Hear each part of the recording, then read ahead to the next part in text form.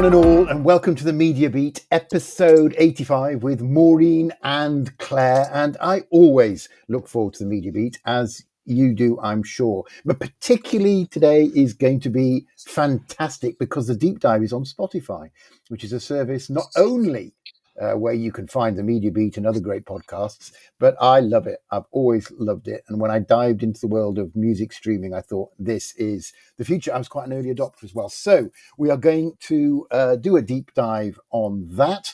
And I'm looking forward to it immensely because I'll learn something about the origins of it and maybe where it's going from a creative and business perspective. So we'll be talking about Comcast and ITV, Paramount sports rights, Google Gemini, of course, the iPhone SOC. So stay tuned for that. TikTok takes over the world and producers unite. We have a packed show.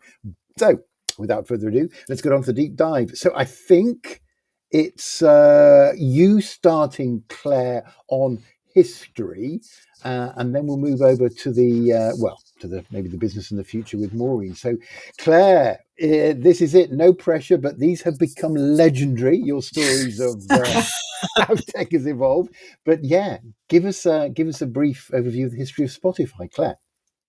The history of Spotify is, I want to start actually with a little bit of going back into the history books of recorded music industry. I mean, we all know it started with big LPs and then it moved into CDs and various other things.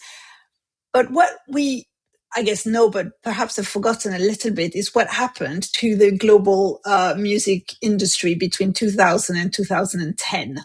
And I think it's worth going back to that before we talk about Spotify. In 2000, the global recorded music revenues were about $40 billion globally. In 2010, they were down to $16 million globally. That's like, can you see the incredible drop? And we may or may not remember what caused this, but some of us still remember going to Napster to illegally download music files. And yes, that's what happened. Piracy basically decimated the music industry, which was reliant mostly on physical sales, CDs, etc. Completely killed it to a point that seems incredible when you think about it now. And that's the context in which Spotify is born. And just spoiler alert, where we are today is we're back to about 30 billion. So we're not even back to the 2000 level in terms of global revenues. But of course, we're in a very different situation where the cost of product is much lower because we don't have to produce, CDs and distribute them. And so it's a very, very different industry. And of these $30 billion, 70% is music streaming. So the industry, it's been 25 years and a lot of things have changed in these 25 years, but the industry is completely reset around streaming after almost collapsing due to piracy in a way that didn't really happen in other parts of the media landscape. So that's interesting to remember. Now, in 2006, we are close to the absolute bottom of the industry in terms of piracy. And this is when Spotify appears. And it appears in Sweden in April 2006. And it was created by Daniel Ek and Martin Lauritsen. Now, we mostly talk about Daniel Ek. He's the figurehead of Spotify. And I will tell a little bit about Daniel Ek's sort of quite extraordinary life before Spotify. But Martin Lauritsen is also a very important part of the story and still remains on the board today. Now, but let's talk about Daniel Ek. He was born in 1983, so I'll let you calculate how much younger he is than you, people who listen. And he started building a website when he was 14. And he applied for a job at Google at 16, and they didn't take him, but started building his own businesses and sold his first online advertising firm called Adversigo to Trade Doubler for a lot of money. And so he was an entrepreneur. And that's when he decided, in 1983, he was 23 years old and he decided to create Spotify. And really the concept about Spotify was to create a legal on-demand streaming service. the very early stories of Spotify is very much about intense negotiations and deals with the labels. It was all about getting the formal deals with the labels. They were in a good position because the labels were really, really struggling. Think about 60% of your revenues disappearing sort of overnight. But still, there was a lot of disagreement amongst the major labels as to how to respond to piracy, and Spotify had to make some pretty big compromises at the beginning to get the deals in. But they did do the deal. And then they became very, very, very big very quickly. One thing that people forget about Spotify as well is that it pioneered the freemium model. And if you remember the very early days of Spotify, you could listen to it on your computer and you'd get ads, or you could get the app and pay and not get the ads. And that seems completely obvious now. And Netflix is reinventing it. But Spotify was there first. They went public. They did an IPO in April 2018. Although the two founders still to this day control a very significant share of voting rights, and they set it up in that way. So even though it's traded publicly, the control is very much still in the hands of the two founders. There were some interesting controversies which have been somewhat forgotten. In 2014, Taylor Swift, do you remember that? Taylor Swift removed her catalog from Spotify. Mm-hmm. This was a very big moment in the Tavernier household. People were crying, I think it's fair to say. And then there were intense negotiations. We really consolidated the sort of star power, and the fact that some artists would have a different deal. She ended up getting a different deal from Spotify because it was so important to Spotify to have her back on. So she came back, but it was 4 years later that she came back. Spotify today, before I hand over to Maureen for the future, for Spotify is the leading global music streaming platform. It has about 30% of the global streaming market. It's got about 40% in Europe. It's slightly smaller in the US, where it's only 30%, but it's still the leader, followed by Apple Music and Amazon Music. It's obviously invested enormously in podcasts, which is growing super fast. And it's also investing a lot in advertising revenues, and it's really trying to maximize its advertising revenue, although that still remains small compared to the subscription revenues, which remain the center of their model. It has turned a profit for the first time in 2024, and it's generally considered to be doing very well, I think. But I am going to hand over to Maureen to tell me how it really is. But yes, this was the short history of Spotify, the little green bowl that most people have on their phone somewhere. And that's true. Oh, Claire, that was a nice one of your classic history telling situations. I'm not going to call it storytelling; it's a situation. So, I think your question to me is, what exactly is Spotify becoming and turning into? And it's amazingly short history that it has had. I mean, it's almost 2 decades old, isn't it, Claire? So, I mean, it's staggering that they've done so much in such a short period of time, and against a rather turbulent and disruptive music industry. So I actually happened, perchance, to listen to an interview that the CFO, Christian Luigia, I'm probably butchering his surname, but that he gave at the recent Morgan Stanley conference. So I've decided to actually steal a couple of his strategic points, and I'll relay those. And there were 3 probably major points I thought that would be worth sort of unpacking, Claire, so that we can just really see strategically where Spotify is going. And what I thought was really interesting was something you just said, that Spotify is no longer a simple playlist app. It really is developing into a media operating system, and as I say, I'm going to go through 3 things which I thought were really quite important. One is the revenue model, and you sort of touched on this, Claire, but it really is now beyond music and beyond podcasts. And it's really interesting the way Christian was describing this, and he was saying that what they're going after and what they're turning into is a multi-vertical user ecosystem. And what he meant by that was we engage with people who love music and love podcasts and love audiobooks, and that's now becoming the engine of their business. And he says, and he's sharing really interesting metrics to support this, but he says when someone adds a podcast or an audiobook on top of the music, their total listening time now rises significantly, and it doesn't cannibalize their base business. It stacks onto multi-layered their business. They're now seeing less churn.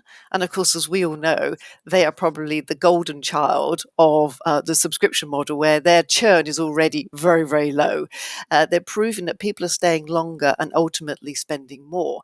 So it's absolutely fantastic to see, them really going after a different type of audience. They are, though, and as we know, and as you just touched on, Claire, as well, they are masters. They have held the master classes of basically moving from freemium to premium. And it's amazing that Spotify, actually, their paying subscribers starts on free. 60% of Spotify's paying customer, started on free. And that funnel, free to premium, is still one of their most powerful growth mechanics. And I think the growth is coming from the broader the surface area of the free content, the more people will move up the value chain. And then, of course, enabling that, it's got to be AI. So we all know that they've always been an algorithm first company, even in the early days. But what's happening now, I think, is that shift from recommendation to generation. So they're using AI not to replace artists, which we will love to hear that, but to supercharge discovery, creation, and the most important thing, personalization. And that is embodied, as we all know, and we've probably all got this on our apps, the AI DJ. And although the AI DJ is just the beginning, they're really heading towards personalized audio channels, always on feeds that mix probably music, commentary, podcast clips, maybe even news soon. And so I think this is probably turning out to be the reinvention of the radio. Now, I may have hijacked that phrase from you, Claire, from a previous episode, but I don't know, except every person probably gets their own station. And I think that's really going to be quite smart. But I think what is also interesting, what they're doing, and they've already laid the foundations here, is the creator tools. So Spotify wants to become TikTok of audio. They want the easy creation, easy editing, and the algorithmic, I should say, distribution. Imagining this show. Okay, so we're recording a segment and having Spotify auto clean it, clip it, score it, title it, translate it, and publish it. Sorry, Oliver, you've lost your job. Damn. I'm out of here. And that's done. I would never do that to you, Oliver. But we would never do that, because we have this on tape. We need your cultural, we need your talent, we need your perfect editorial guidance. So that would never happen, particularly on the Media Beat. So anyway, Excellent. but it is, we have that recorded. but it is staggering. So then if I fast forward, this is my third and last, and I'll be very quick, last comment I want to make, but financially, I mean, in the economics, they're much more disciplined, they're much more predictable. And Claire, you recall, we probably covered this in our podcast way back in 2022. But the long-term strategy that they brought to market was, we want to achieve 1 billion users, we want 35-40% gross margins, and we want 10 to 20% EBIT margin. And since that day, Spotify now has achieved 300 million users, and around 100 million are new subscribers. Gross margins are already above 30%. Operating profit, in technical terms, but as Claire said, they've only just sort of broken even, is what we say is scaling accordingly. But what's really fascinating is, and we've all experienced this, is on pricing. So Spotify raised prices in more than 150 countries recently, and guess what? Churn barely moved. So that's becoming the recurring story, and something that strategically they're building on. Churn at Spotify, as we know, was low compared to other businesses within the subscription industries. And even the major global price hikes just haven't budged it. So it's fascinating to see that. But Claire, as you said also, their foray into advertising, which is probably undergoing its biggest transition since Spotify launched ads. I think are really at early stages because they've still got the old school direct sales to programmatic. And I think programmatic is definitely being hit out of the arena, but fortunately or unfortunately, direct sales just is dropping more steeply. So, but I think we're going to see a transition and an inflection point in 2026, and I think the CFO also alluded to that. So, I mean, overall, what does this all point to? I think the way we are now going to start talking about Spotify is it's building a multi-purpose, multi-vertical hybrid monetization ecosystem that blends subscriptions, ads, marketplace, and AI-driven personalization, and particularly AI-driven personalization in a world where AI content or content will become cheaper to produce and possibly even move into a more ambient or functional music where Spotify probably does not need to pay those significant margins back to the labels.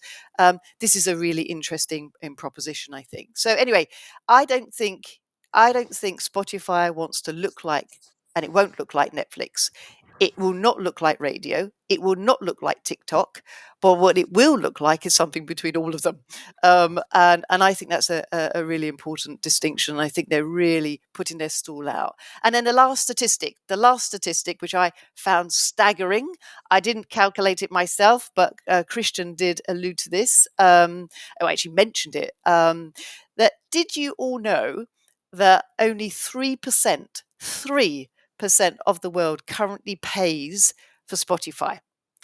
And if that number even moved towards 10% over time, that is staggering. And if it does move across multiple verticals like personalized content and personalized ads, oh my God, I am long on this stock. And I would definitely be piling in and buying this because 3% to 10%. And we know that their funnel is absolutely magical, where they move free to premium. So that's my sort of little penny's worth of strategic insight and financial insight. But I think Christian also is an amazing executive. I really did enjoy the way he spoke numbers and metrics. He's so immersed in this business, and strategically he spoke great sense. So I am so long on Spotify. I think it's an amazing company. I'm going to pick up just on one thing before we move on to our other topics, which I think is really important and for me a big reason of their success. I think more than any other platforms, except perhaps YouTube, Spotify is incredibly user-centric. And by being incredibly user-centric, they have actually created enormous barriers to exit. And what I mean by this is, what does the user want? The user wants playlists. We all know this. We were doing mixtapes in the 80s. Come on, let's be honest. That's how people listen to music. Let me help you create really targeted playlists and make them even better. And so you'll never want to go, because actually that is one of the big barriers to exit. Imagine leaving Spotify and losing all your playlists. What do you want? You want to build playlists with somebody else because that's more fun. Okay, we'll give you that. What else do you want? I want to play music, but I want other people to be able to add to my playlist as it plays. Let's create that, because that's a very natural, behavior that we want to facilitate. What do I want? I want my kids are using my Spotify. It's really annoying. It's messing up my stats. Okay, we'll create a family subscription. That's fantastic. I don't care if more than one person uses your account, but because you will feel better having several accounts, let me ask you to pay a bit more money to have a family subscription. And I don't care where they are in the world. By the way, I'm not going to monitor their IP address because you're paying me a fortune to get this family subscription. So I think they're incredible focus on, and we've talked about last time, we talked about uncertification of experience, and we are seeing this on many platforms, but not on Spotify at the moment. It remains a very, very user-centric platform, and I think that is something that is that really is in the credo of the company. And as long as they stay true to this, I think they will be in a good place. So yes, I'm also long on Spotify. And I want to congratulate you, Claire, for getting that funny word in again, which is, I don't I'll know what just it keep is. saying, you're just going to use Any, it every time now. is it any certification? Is that what it is? What is it? And certification. I think we should maybe, that's going to be our word of the year. I really like it. Anyway, moving on. And we haven't mentioned, which I'm surprised, given that we're only 3 weeks away, wrap up. We have not mentioned wrap Oh up. But yeah, Wrap we Up was must. a brilliant tool. Everybody's sharing it. It's a massive, and yeah, we will be sharing our Wrap Up, obviously. And that was a new word, wasn't it? and Everyone's when it going, comes. have you done your wrap up? Have you seen your Yeah, wrap up? I Hey, know. what was your wrap up like? Oh, my wrap up was brilliant. Spotify is absolutely awesome. I've loved it since it started. It was a bit of a leap for old folk like me to say, oh my God, I'm basically throwing away all my CDs. That felt really weird. But once you got around that, and it's great that the kids, you'll know this, Claire, you've got about 700 children. But they don't know that Fontaine's DC and Blondie and Lady Gaga and Led Zeppelin and Jimi Hendrix and are from different eras. They just see good music. No, that's just a one thing. And then we didn't talk about this, but Spotify has done a lot to, for old artists. And one of the reasons why people are now buying music catalogs for millions and millions of dollars is partly, hundreds of millions of dollars, is partly because of the Spotify effect. Although TikTok's also been a big part of this. So yeah, we're all happy on Spotify. And it's a European success story as well, which is always nice. Yeah, it sort of proved that the 80s music is the best. Anyway, let's move on quickly. That was absolutely superb. I love Spotify. I love the light you shone on it and the wisdom that you put on Spotify from a business and creative perspective. Marvelous work, may I say, Maureen and Claire. A classic deep dive that is going to be played for years to come. People will discover that in decades' time on Spotify, probably. Let's move on. And of course, after the deep dive comes In the News. And first up, we have Maureen, and Maureen has it looks like she's just come from the hairdresser. She looks absolutely magnificent today and ready for television. She looks superb, as you can see, hopefully, if we get this video edited properly. And she's outside a large, well-known media corporation with a massive media story from here in the UK. No, it's not the BBC, thank the Lord. It is Comcast and ITV. You're outside Comcast mansions, Maureen, and you have that story. I do indeed. All right. So the big story is, of course, as we know, Comcast is exploring a deal to buy ITV's media and entertainment arm. Right. So it's the broadcast bit and it's ITVX. It's not ITV Studios. But the question on everyone's minds is why? What's the strategic logic here? Well, I tell you why. Comcast has got bags of cash. Okay, sitting in its banks and sitting on its balance sheet. That's the reason why. So there are two things actually: bags of cash, and ITV is what I'm going to call in our trade, in the M&A trade, a classic Comcast acquisition. It truly is. Now let's go to the cash bit. They've got nearly $5 billion. This is last quarter, which is about 45% year on year. That they've got to do something with it. They have actually given some money back to shareholders, and it was around about 12% dividends and buybacks. But there's still a whole ton of cash left. So that's the reason why. Okay, but I'll go to the second point. And this is definitely a Comcast style acquisition. It's a clean bolt on. It strengthens what they already own in the UK through Sky. It delivers three things: scale in broadcast and streaming. It delivers a much more powerful advertising and data machine. It's also got the ITVX audience that gives Comcast a premium video marketplace. And it also strengthens their streaming and aggregation position, which they do need. Again, I'm going to point to ITVX, which has solid engagement, and Sky is really betting big on aggregation because it's got Sky Glass, I should say, and Sky Stream Glass. It's really difficult to say that. Sky's got grass and they've got Steam as well. So Glass and Stream, and of course now TV. So it all makes sense. This should be taught in the finance segment of an MBA. It's a brilliant deal. It makes strategic sense. They don't get embroiled in the content side around studios where content inflation is just staggering, and it's really tricky to really figure out what content to buy. So all in all, bags of cash. And they've got an existing property in Sky sitting here in the UK. Buying ITV makes such great strategic sense, and I'm going to leave it there.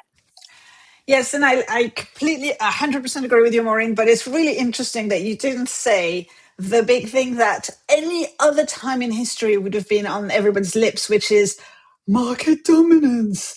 In, even 2 I knew years you would. ago. I knew you would. Yeah. Even 2 years ago, even a year ago, this could not even have been considered, because there's a real question about market dominance, specifically around the ad selling, which, because obviously if you're talking about the audience with the BBC and Channel 4, you'd probably be okay. But advertising and some rights, ITV and Sky jointly would be in a very dominant position. The other area is news provision, obviously, because ITV's got ITN and Sky has Sky News. Now, interestingly, most of the commentary, apart from yours, Maureen, has been exactly what you've said. This makes sense. We should do it. We need more scale. These people are really struggling, and we should do it. And the CMA will be looking at the deal and assessing it, and may say no, which almost would be guaranteed to have said no in the past. But actually now I think has a very good chance of going up for it and saying yes. And it's interesting to go back to a couple of years ago when the same thing almost happened in France. You'll remember M6 and TF1 tried to merge, and their competition authority said, no, we can't have that. And the response from TF1 and M6 was, but you're talking about the wrong market. You're talking about the broadcast market. This market doesn't exist anymore. And in the wider, video advertising market, we are tiny, tiny, tiny, and we absolutely need the scale. And I think if TF1 and M6 tried again, which there are rumors that they will, it would be a slightly different position. And I suspect this deal will come through. And I wonder, once it does come through, if a closer link up between the BBC and Channel 4 would be mooted. And maybe when we do our predictions episode later on, we should talk about this. But anyway, completely agree with you about the financial and strategic alignment. And I suspect, there's a lot of energy behind this still going through, but it will still be scrutinized. I agree with you, and the regulatory piece, is a serious one. So I wasn't going to be flippant on the regulatory side at all. But no, I know. I'm going to put my hand up, and I will predict this will go through. I just feel as if the Sky folks and the Comcast folks are damn smart people, and they're already writing and rewriting what the market looks like and what the market definition should be, and that's all the smart lawyers over there as well, and that will go through. I think that will definitely go through. That's my prediction. That's got everything. It's got predictions. Gosh, of course, we're nearly entering December as well. So we are predictions episode soon, and we can look back at what we said last year as well. Yes, that will be scary. Otherwise, we'll just ignore it. We'll just pretend we never said that. Great, lovely analysis. Thank you so much. Moving on about deals, Paramount and sports rights. Claire, you have that story. Yes, Paramount has won the largest packages of UEFA Champions League broadcasting rights for 2027 to 2031. Wow, we're in the 30s now. That's crazy. In the UK and Germany. And they're taking over from TNT Sports and DAZN. Still can't pronounce it. This is a new player basically entering the sports rights world, and that's what people are surprised about. It's a new player, but it's not Netflix or Amazon or indeed Apple. It's a completely new player coming in for a very large deal, $1 billion. Now, we know Paramount has money because they've just been acquired by the Ellison, who has a lot of money. And it makes complete sense for them to invest in sports. This is something that they've been very vocal that they're interested in. But it means that there is more and more fragmentation in football rights across Europe, which means that for viewers, they're going to have to subscribe to more and more different services in order to watch the games that they want to watch. Although it also, interestingly, I think strengthens Sky's position as an aggregator of a lot of these places. Also an interesting thing to remind is Paramount is also, or the new Paramount is also bidding for WBD. You remember we talked about this, and they're not bidding for just the streaming assets. They are bidding for the whole thing. And now WBD includes TNT Sports, for instance. So this is another consolidation or an attempt from Paramount, quite an aggressive attempt at consolidating some sports rights and sports broadcasting. So it will be interesting to see what happens. I think in the short term, probably not great news for football fans in the UK and Germany, because they're going to have to pay extra money to see the same games. But long term, perhaps a new large scale player emerging, not necessarily from where we expected it to emerge from in the sports market. And that's me. Oh, Champions League football last night. We were flipping between service providers, just thinking how much money this is costing me. Anyway, the result wasn't great either. Anyway, never mind. It's not a football podcast. No one cares about football. Let's move on. Thank you. Thank you for that, Claire. That's a story that'll run and run. And finally, on news rounds, back to Maureen and Google Gemini launch. So what's the story? Yeah, so Google has just launched Gemini 3, and this is much bigger. This is a much bigger moment than any other, just releasing any other sort of AI model. We may all recall Gemini actually started life as Bard, and that was a rather embarrassing and slightly awkward launch. It was an early chatbot before DeepMind took over the reins from Google and said, hey, give it to us. And they rebuilt Gemini into a fully functional, multimodal family of models last year. Brilliant. And since then, I think Google has been trying to sort of reposition Gemini now as its answer to OpenAI. So not just text generation, but reasoning across images, video, audio, and code. And I think it's absolutely amazing. But what we'll see with Gemini 3 is it's now baked in directly into Google search. So no separate app, no friction. Second, the model itself is such a big step in multimodal reasoning. Amazing. And thirdly, Google has launched a developer environment called Anti-Gravity. Oliver, this is something for you guys over there, which is basically a toolkit for building your own AI agents. Wow. So this is I think Google is turning AI from a destination like a chatbot into that stuff that we call the infrastructure layer. And that puts pressure on every other platform, from TikTok and YouTube to Spotify and even news publishers in my book. So I think Gemini is going to be something to watch. And I think we'll all be using it. Even if we don't know we're using it, we'll be using it. And I think its creator relationships or indeed deeply personalized experience will fall out of that. So I think it's a fantastic launch. I think that's the reason why everyone's sort of up going, oh, this is interesting. But solid stuff. DeepMind is just an amazing organization. I will add to this, which is another angle to the launch of Gemini 3. They're using their own chips, which was a huge thing. So not only have they launched an incredible model, very powerful, that everybody says is finally the Google answer to larger LLMs, large LLMs, but they're doing this on their own chips. Now, you have to remember, NVIDIA controls 90% of the GPU market at the moment. And suddenly here comes one of the major players not using NVIDIA's chips at all, and having capabilities that surpass rivals like OpenAI. So the result has been a pretty sharp decline in NVIDIA's stock. So I hope, Oliver, that you're managing your stock carefully. But they've lost, I think, is it 7%?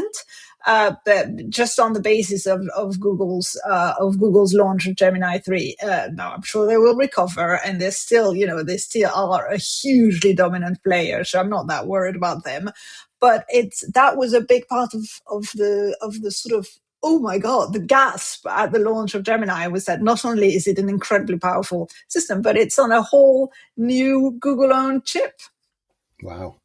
Goodness me. Well, that is one to keep an eye on. Thank you very much. Brilliant analysis as ever. That was in the news. And now we move on, and it's Podmoji's. It's neck and neck in the overall series for Podmoji dominance between Maureen and Claire. So this is potentially an incredibly important session of this game. So we talk about something media. Maureen and Claire both put a Podmoji together. I score it. And we're going to start off with something which looks absolutely ridiculous. Maureen, I'll come to you, I think. The iPhone sock. What the hell, man? So the Apple has just launched what is actually called the iPhone Pocket, but the world has instantaneously labelled it as the iPhone Sock, and people are calling it a $230 for a cutout sock, or a cut-up sock, I should say. I mean, it's absolutely wonderful. And they're comparing it to, and I think the best meme so far has been Sacha Baron Cohen's Borat mankini, and the same colour as well. So it's quite nostalgic. I mean, do we all remember the iPod socks that we all used and put our iPod in? If you don't, well, whoops, I used to have one. But now, but these iPhone, I mean, $230 is ridiculous. So they're being sold with an extraordinarily high price tag, a luxury price tag. I think it's slightly weird. I think there's a revolt against this to say, why in Hades would I go out and buy a pocket which looks like a sock that my cat has just sort of gnawed through? It's pretty awful. But actually, and I'm coming up with my Podmoji, actually, I think this is potentially probably clever marketing. And maybe Apple wanted this to be out there as a silly thing just to get some publicity. But then that's a bit of a stretch socket. So my Podmoji is oh my goodness. Oh, that's a good one. It's a very visual one as well. Nice preparation. Let me just score that one. Excellent. My review of this product, just dreadful. Anyway, over to you, Claire. I think there is a little bit of Apple trying to remind everybody that they're a design company. And not different from Samsung, and creating a story. I agree with you, Maureen. I think that some of this is a PR play. They must have known that this was going to be a reaction. In fact, the New York Times, I think the article was, the Apple is basically trolling us with this sock, but it did get into the conversation. It reminded everyone of Apple's, history of clever design and colors. Remember the iMacs with their colored backgrounds, etc. When a lot of the conversation has been on tech. I think it's a nice way of doing something different. So I thought it was quite funny. My Podmoji is cute. Oh, yep, the old cute hands there. Very good. Yes, good. Excellent. No, that's good. I think the emperor has no clothes, but whatever. Let's move on. Claire, let's stay with you. And yes, the TikTok shop becomes a monster. And tell us the factoid with regards how big it is. TikTok shop achieved $19 billion in gross merchandise value in Q3 2025. And that's against eBay's, for the same period, eBay achieved 20 billion. So basically the same size. So TikTok, from nowhere, TikTok shop, we're not talking about advertising, we're talking about people buying stuff on TikTok. TikTok is suddenly as big as eBay, which has been around obviously forever. So people are talking about this. I'm very surprised, I think, because especially for the demographic of people who comment on this sort of story, it seems completely insane to buy stuff on TikTok, but clearly a lot of people do. I think it also reflects the fact that eBay has had relatively limited growth over the last few years. So they're not shrinking, but they're definitely not growing as fast, whereas TikTok is exploding. What's my Podmoji on this? Whoa! Now this time I'm going with the O. It's really important, I think, for all of us to remember that TikTok is a shopping platform. I think we just tend not to remember that.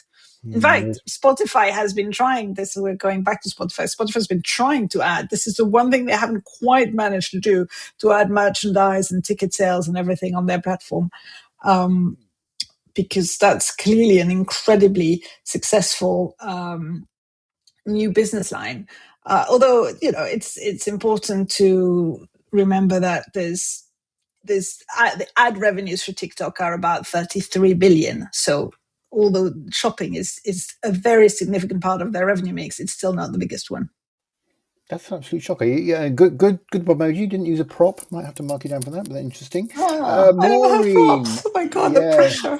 I'm going to send one to Claire. I'm sending you this one to Claire. Yeah, yes, please. Yeah, there we go. There we go. We should have the whole alphabet. We should. Yeah. That's a new angle. My take here, very short. I think eBay now has turned into a car boot sale business, and TikTok Shop now is that impulse buy that you make while laughing at a cat video.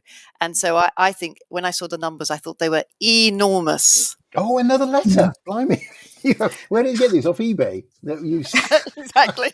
ironically purchase. I think it might be upside down, but it's still a it is. Isn't the bottom bit? There you go. Oh, it's There we go. New Times Roman. It's got a lovely serif on it. Yeah. Quite a large serif. So that's E, Use very it as nice. an M as well. Yeah. Oh, wow. And a W, perhaps. Monstrous. And a 3. Yeah, no, golly, Yeah. you're absolutely killing it. That's Oh my goodness, gosh! My pressure is on me for the last one. The last one. Goodness me. Well, this is it. So we'll stay with Maureen, though. I think actually. So this is, the story is producers unite. It probably needs some explanation, but it certainly needs a Podmoji. Maureen.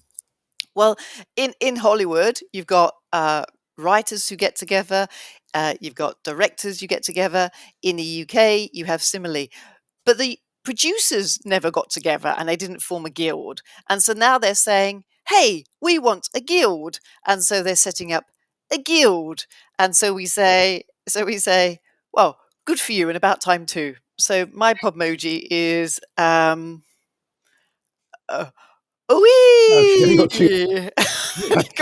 excellent preparation, but slightly different fonts. I think those two. I think one's Arial, one's New Times Roman. But OE, small number of points. Okay, Claire.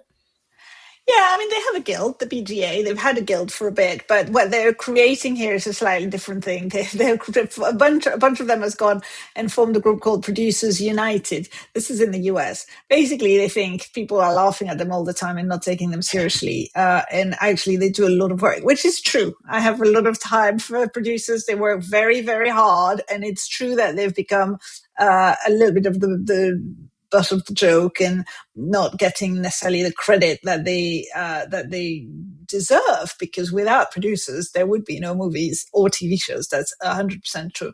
But so they're feeling a little bit under the weather, and that they're not being taken seriously enough. So they've united.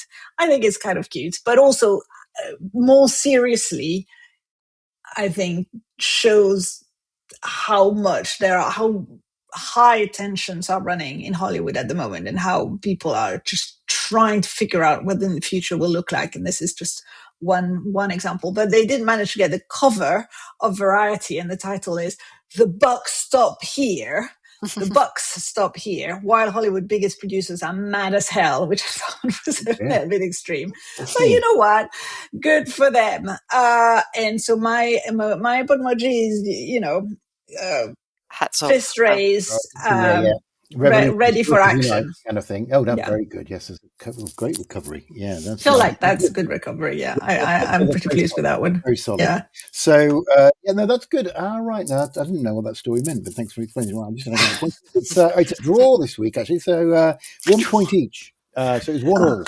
It's a 1-1 draw. Congratulations. It sounds like a football score, a soccer score, as the Americans would say. Yes, soccer. But by the way, that's not the Americans' fault. We called it soccer first because there were so many versions of football.